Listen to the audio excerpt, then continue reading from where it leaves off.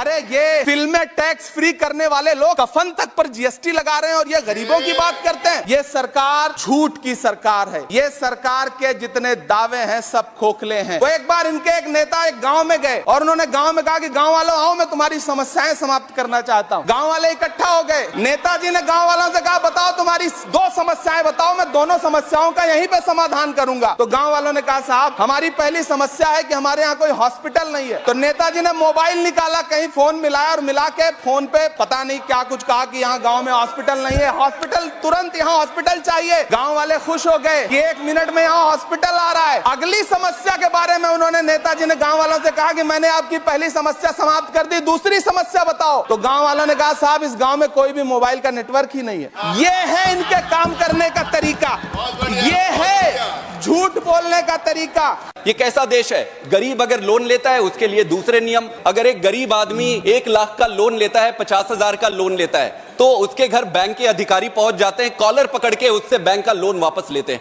दूसरे तरफ ऐसा होता है कि अगर 5,000 करोड़ 10,000 करोड़ का कोई लोन लेता है तो उसका हाथ पकड़ के विदेशों में भेज दिया जाता है। मुझे भी ये लगता है कि लोन 1 लाख 2 लाख का ना लेके 1-2 करोड़ का, लाख करोड़ का लोन लो, फिर उसमें छूटाने की भी जरूरत नहीं पड़ेगी और सरकार भी हाथ पकड़ के बाहर लेके जाएगी। कैसे एक भारत श्रेष्ठ भारत बना पाएंगे हम?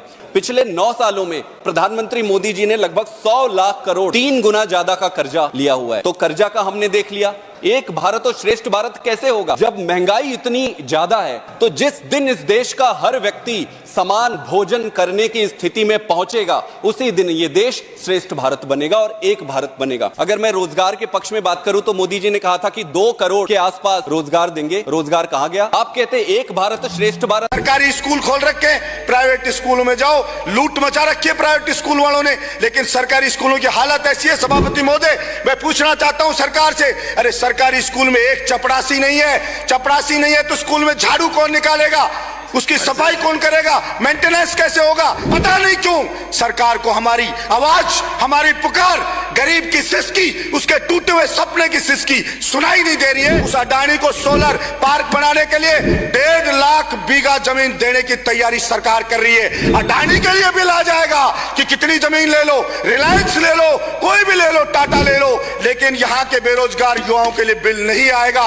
यहाँ घर से भागने वाली छोरी को भगाने के लिए बिल आ जाएगा कि माँ बाप नहीं रोक सकते, भागने दो इस बच्ची को, माँ बाप का मुंह काला कर देने दो, लेकिन बेरोजगारों के लिए नहीं आएगा, किसानों के लिए नहीं आएगा। ये मुझ पे आरोप लगा रहे, मैं पढ़ के बोल रहा हूँ। पीएम टेलीप्रॉम्प्टर से बोलते हैं सर, प्राइम मिनिस्टर टेलीप्रॉम्प्टर से बोलते हैं। आप अपना पद का मान रखिए सर, उनको उठ के बोलिए माफी मांगेगा, then I will continue my speech.